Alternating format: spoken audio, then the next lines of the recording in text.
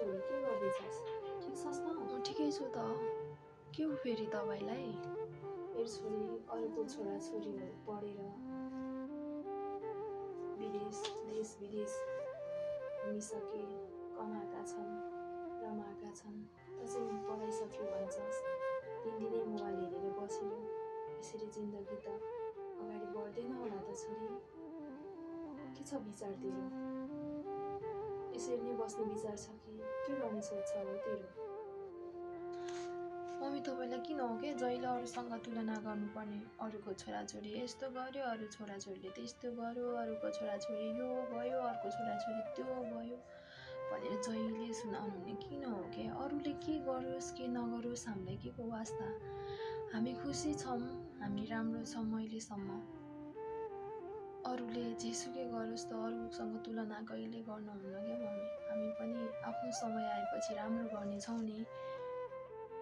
यदि उनीहरू हजुरले जुन मान्छेहरूसँग तुलना गर्नुहुन्छ नि उनीहरूले पनि पैसा कमाएको होला होइन, आफ्नो ठाउँमा पुगेको छ दुःख गरेर होइन। अनि अहिले गाउँमा मम्मी एक्लै हुनुहुन्छ होला, उहाँहरूको पनि अहिले मम्मीलाई दुःख गाह्रो पर्दाखेरि साथमा सँगै बस्नको लागि, साथ हौसला दिनको लागि उसको छोराछोरी छैन, कति महसुस हुन्छ होला उहाँहरूलाई। मेरो छोराछोरी साथमा भएको भए पैसा मात्र भएर पनि हुँदैन रहेछ भनेर भनेको होला नि। कुनै दिन हामीले पनि कमाउँला, सुखको सास फेरौँला। अहिले जति छौँ त्यसमै खुसी हुन जान्नुपर्छ क्या मम्मी। ओ छोरी, तैँले भनेको कुरा पनि सही हो।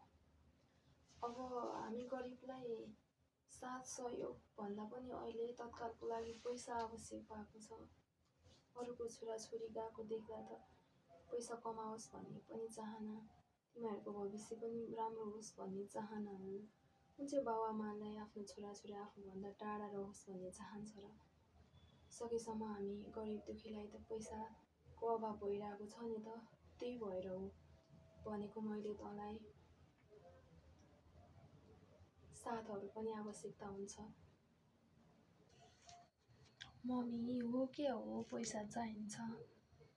असल कर्म गरेर अगाडि बढ्नुपर्छ जिन्दगीमा। पैसा असल कर्म गरेर पनि कमाउन सकिन्छ। त्यही भएको कारणले गर्दा असल कर्म गरेर अगाडि बढ्नुपर्छ। सबै कुरा आफ्नो समयमा फलिफाप हुन्छ। र मानौँ एकछिनको लागि हजुरसँग प्रशस्त मात्रामा पैसा छ होइन, पैसा छ तर हजुर बिरामी पर्नुभयो, साथमा कोही पनि छैन, खानेकुरा पनि केही पनि छैन, पैसा चाहिँ प्रशस्त छ। त्यो खानेकुरा किन्नको लागि पसलसम्म जाने हजुरसँग त्यो तागतहरू नभएको खण्डमा चाहिँ कोही साथी आफ्नो साथमा भइदिएको भए राम्रो हुन्थ्यो भन्ने महसुस हुन्छ। यदि हामीलाई अहिले पैसा छैन, त्यही भएको कारणले गर्दा चाहिँ यस्तो भएको हो। धेरै चिन्ता नगर्नु, आफ्नो साथमा छोराछोरी छ, जे छ त्यसमा खुसी हुन जान्नुपर्छ। पैसा पैसा भनेर पछि लाग्नुपर्ने हुन्न। पैसा पनि चाहिन्छ, पैसा र आफ्नो साथीभाइ छोराछोरी सबै मान्छेहरू चाहिने नै हुन्छ। त्यही भएको कारणले गर्दा सबै कुरा आफ्नो समयमा गर्नुपर्छ। हजुरले हाम्रो लागि भन्नुभएको हो।